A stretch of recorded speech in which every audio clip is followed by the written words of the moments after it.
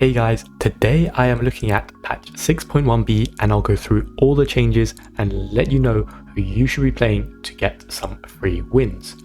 Alright, first off we have Garen. So you can see basically they said Garen used to be a tank and they want him to be more of a fighter. So in the changes, the first thing they did with his second ability is made it more obvious. They basically said people were too stupid and couldn't see when Garen was using this ability, so they changed it to be a shield so people can't miss it anymore. But it's still going to be a similar sort of defensive ability, so not too much has changed there. And then for his third ability, they are just changing how it does damage. Basically now instead of doing extra damage on the edge, you just do more spins with champion level. So again, nothing too much has changed, but if you are a Garen main, some things will be slightly different, but I think not too much will change at all. You can still play him tanky, you can play him more as like a bruiser, you can still go full AD and just do whatever you like. But note that these changes are not live yet and they will go live on the 29th of May. Alright, we've got Jax, nothing really too crazy here. All they've done is that he can jump towards now and he jumps slightly faster, and they also changed his E slightly. So I guess it's a slight buff, so any Jax mains will be happy about that one. But yeah, Jax was already quite strong, so can't complain about that. So with Sona, they said Sona was too difficult to play, so now her passive, which was the one where when she has 3 stacks she can stun someone with her next auto attack, they changed it so that she can't waste her stun anymore, so she only consumes the stacks when attacking champions or epic monsters. So basically it means you need to use even less of your brain than before. Also, and they give full stacks of passive when respawning, so again nothing too crazy there, just giving a small buff to her passive, but they are nerfing her base damage slightly. But again, this will make a very minimal difference. I mean, it'll just affect the laning phase ever so slightly because her ability is now doing 10 less damage. Alright, Poppy, they said she's been doing well in Baron lane, but they want to make her more viable in the jungle. So what are they doing? They're giving her a buff. And you'll see a lot of champions are getting buffed, and I don't agree with a lot of them, especially the jungle champions. So I'll just say this now because it'll be a recurring theme. I think they shouldn't be buffing more junglers, they should just be nerfing the ones that are already strong.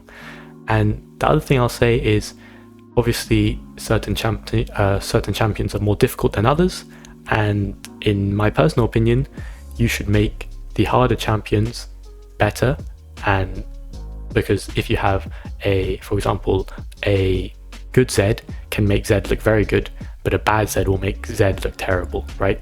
So I think Zed should be a good champion, but someone like Poppy, who is quite easy to play, should not be as overwhelming as maybe like a Zed.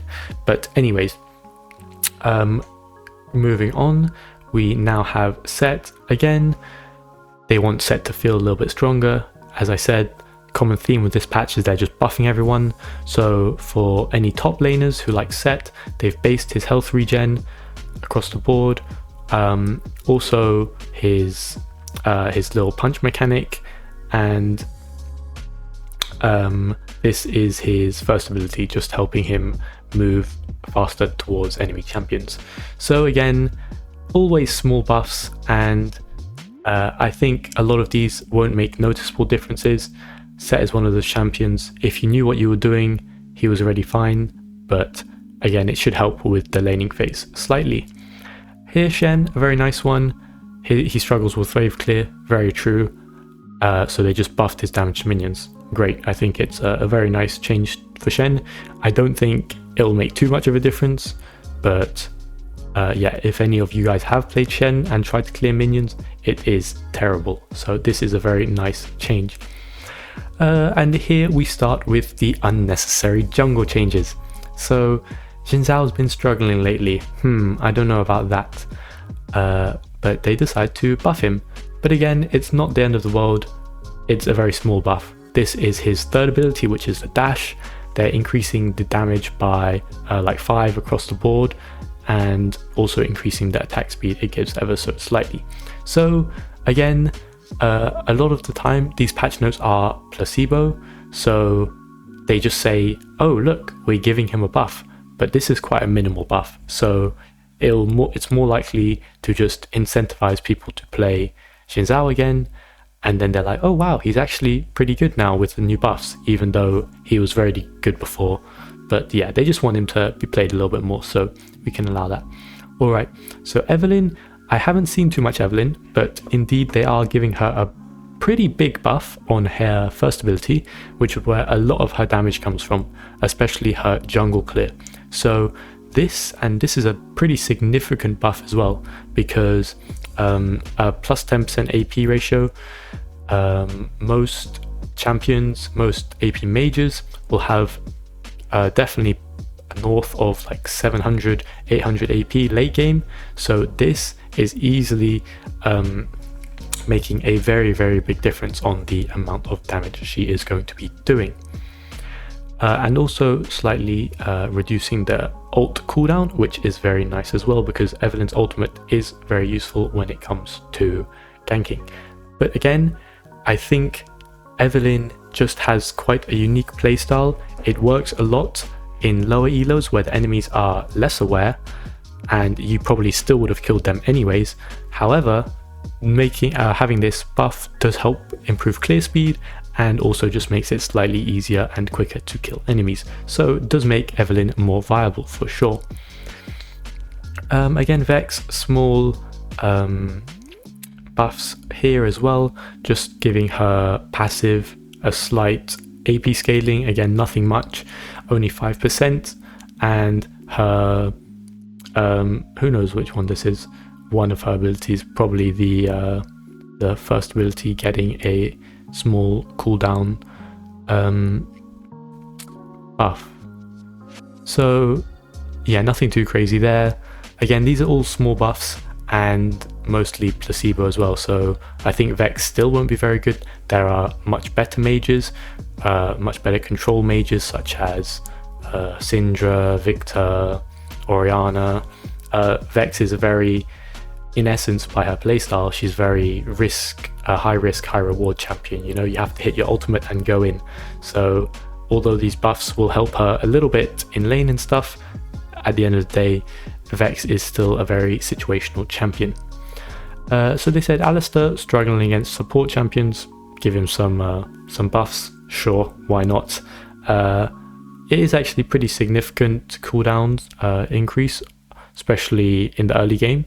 1.5 second decrease in cooldown across the board for his first ability, so that is very nice. Means he'll be able to engage more frequently early on in the game.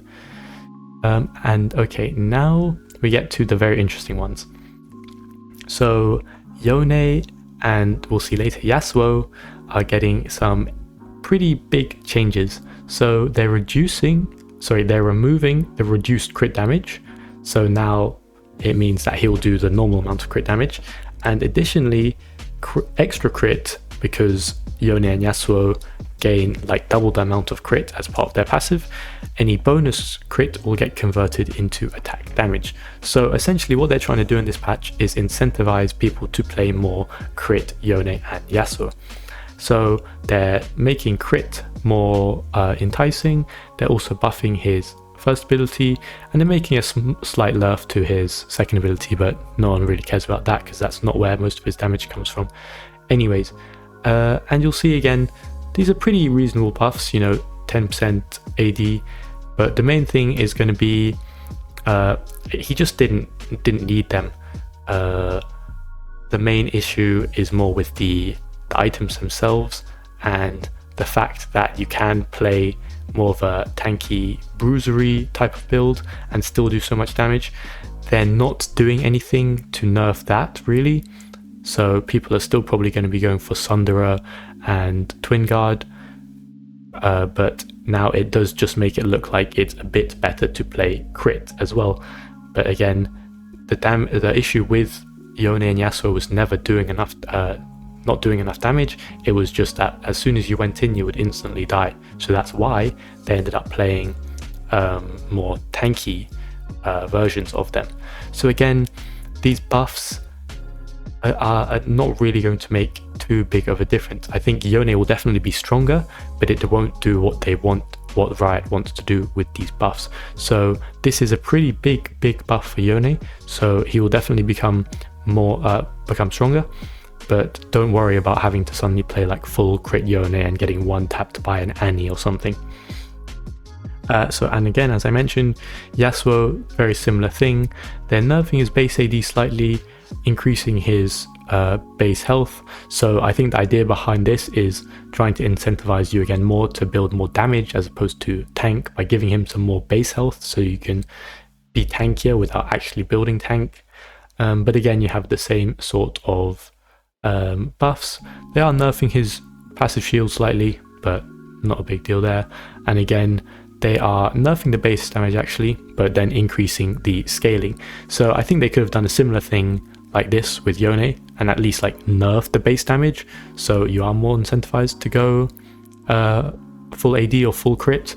But again, like Yone wasn't, they weren't going like full tank Yone most of the time. Yasuo was definitely more of the problem. But I think both of these are still very viable, and honestly, the changes shouldn't make a big difference if you still want to play tank Yasuo. Again, crit Yasuo is going to be a bit better, but you're still going to get one shot most likely. However, unless you're some Yasuo god, then by all means go and get a montage pentakill with the new changes. Very small nerf to Gnar here. They said his mini Gnar was a bit crazy, could agree with that.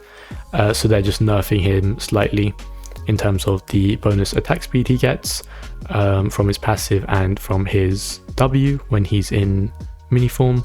It's a very small nerf, but at least it's a 2% decrease at max level, so that's nice. Nasus. So apparently he's too dominant in the early laning phase. I don't know if any of you guys have played against Nasus, but I would not say that that is the problem with Nasus. So what are they doing? Small nerf to his base AD, but they're increasing his scaling, increased his base magic resist, fine. So they've nerfed his early game slightly, true. What else have they done? Nerfed his passive vamp, okay, fine. Still caps out at the same because they want him to be a scaling champ. And probably the most meaningful nerf is the cooldowns of his first ability, which is how he gets his stacks, going up all 0.5 seconds, which does actually make a big of a difference. However, this change basically irrelevant because the whole point of his first ability is that he does more damage every time he stacks by last hitting a minion. So after you've last hit like literally 1 or 2 minions, you'll already have made up the difference. So it literally, the base damage is more or less irrelevant. So what do I think about this change? Basically, Nasus is still OP. I tried him 1 or 2 games. I hadn't really tried him much before the nerf, but yeah, he's still mega busted.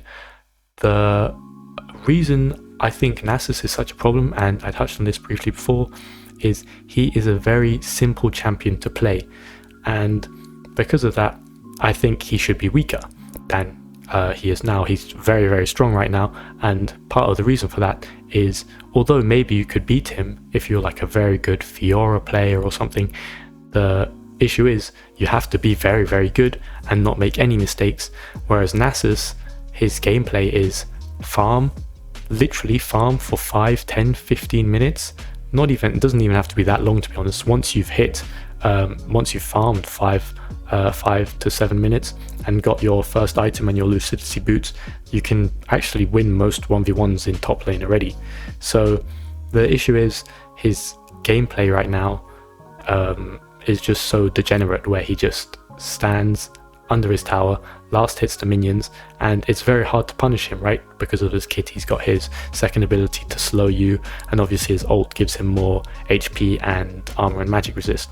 So this does nerf him slightly, but again, the main issue was when they made the change to the Lucidity boots where it gives mana regen.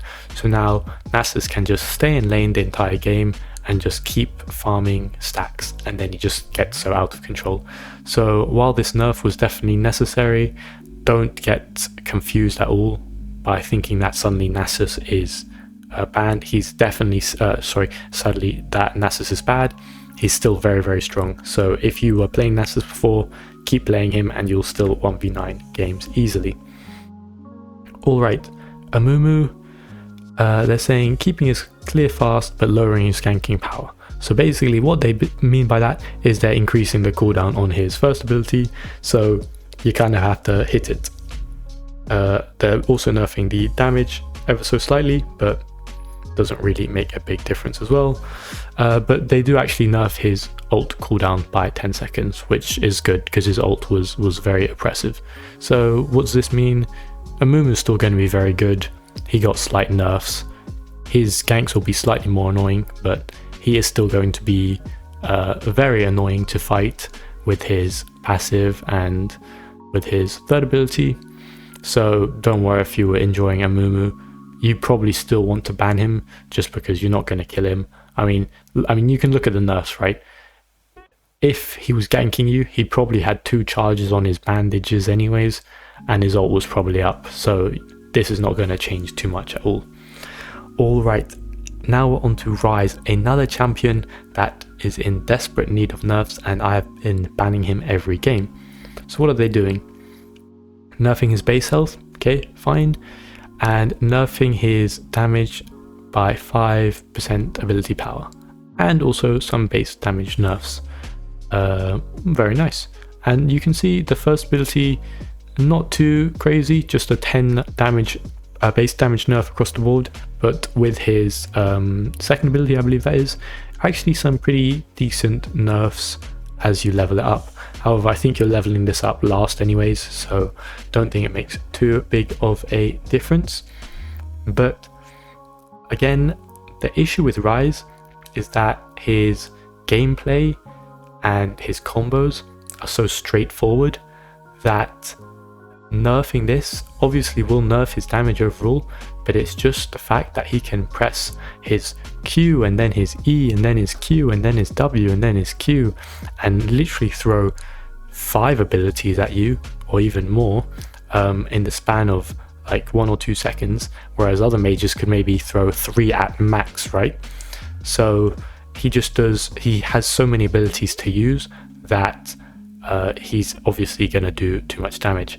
And I think that's the very difficult thing with Rise to balance, is you want to make him so that his full combo, it sort of lies on a similar level to other mages' full combos, but it's quite hard to do because his combo is incredibly easy to hit, given that a lot of his abilities are point and click.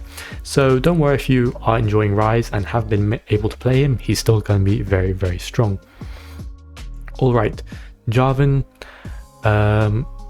they say he relies on game pace, so what are we going to do? We're going to buff him. Great.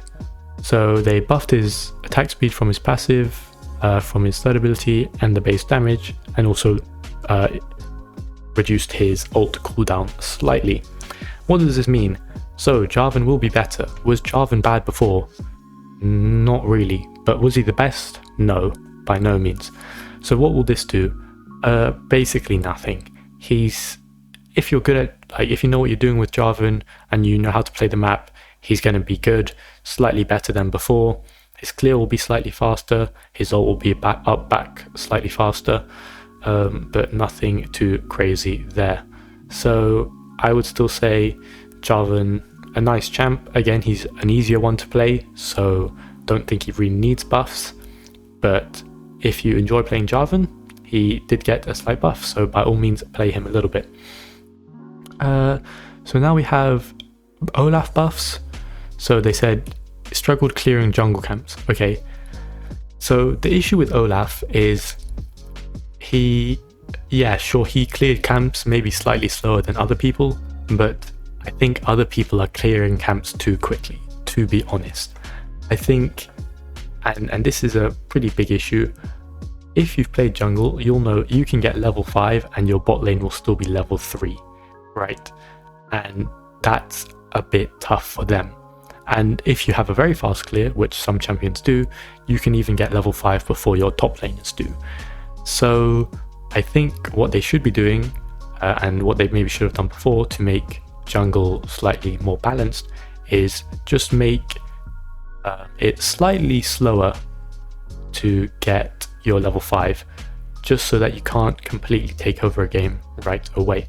But anyways, that's not what Riot wants to do.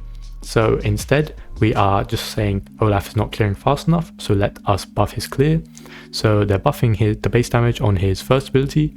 Does actually make a pretty big difference, because you can use his first ability whenever you pick up the axe again. So it's on like a 2-second cooldown when you're clearing jungle. And they also buffed his third ability, damage ratio to monsters, which again you also use very often in the jungle.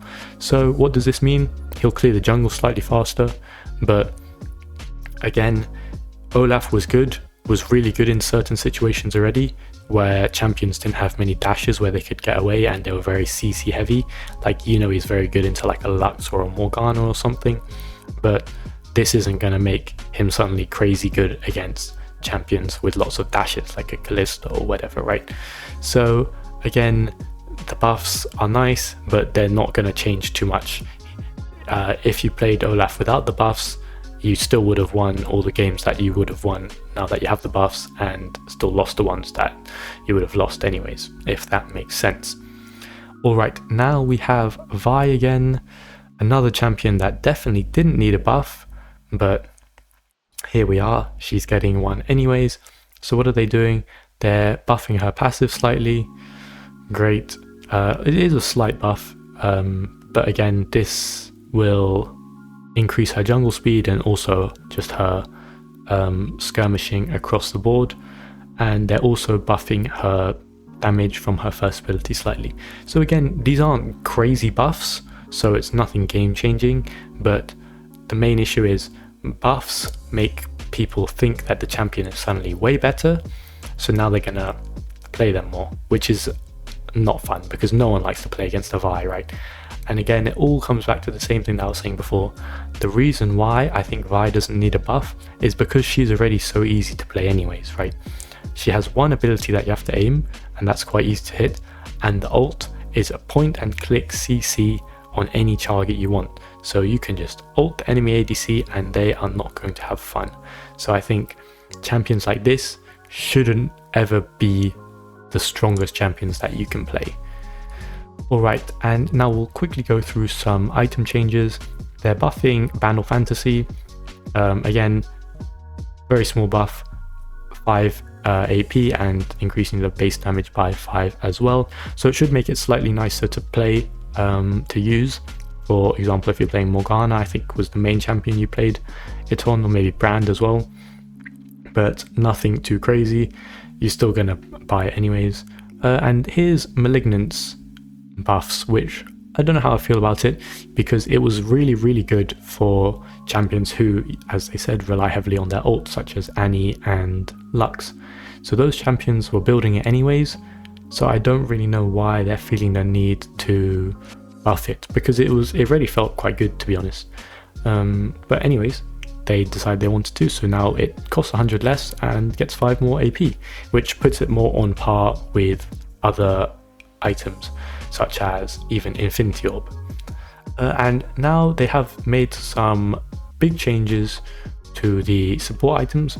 They've just decided to basically nerf all the healing and shielding from all the support items. So Redemption is getting a small nerf,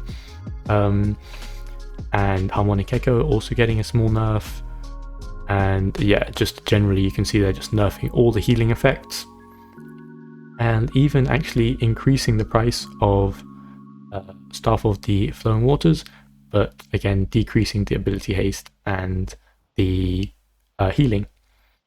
And here again, so not the best patch for any support players, not gonna lie, especially those using enchanters.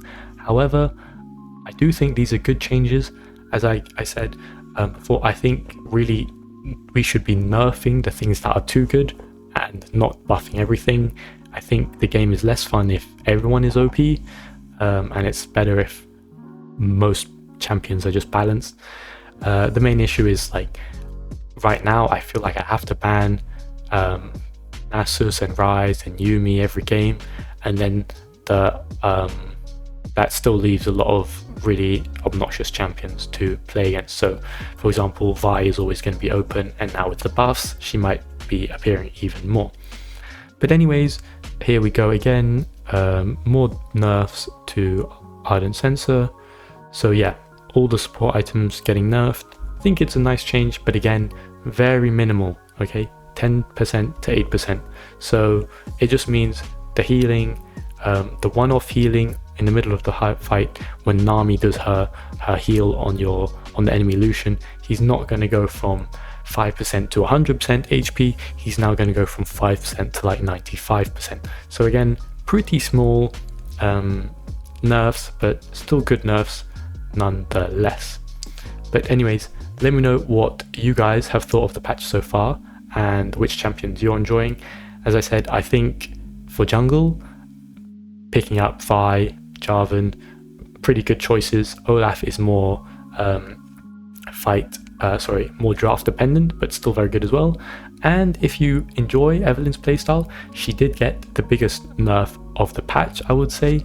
So she has definitely become a lot more viable. So if that's the sort of champion you like playing, I would definitely recommend picking her up, and I think you should be able to get some pretty easy wins. Alright, let me know in the comments what your favorite part of the patch was, and if you liked the buffs and nerfs, and I'll catch you guys later. Bye bye.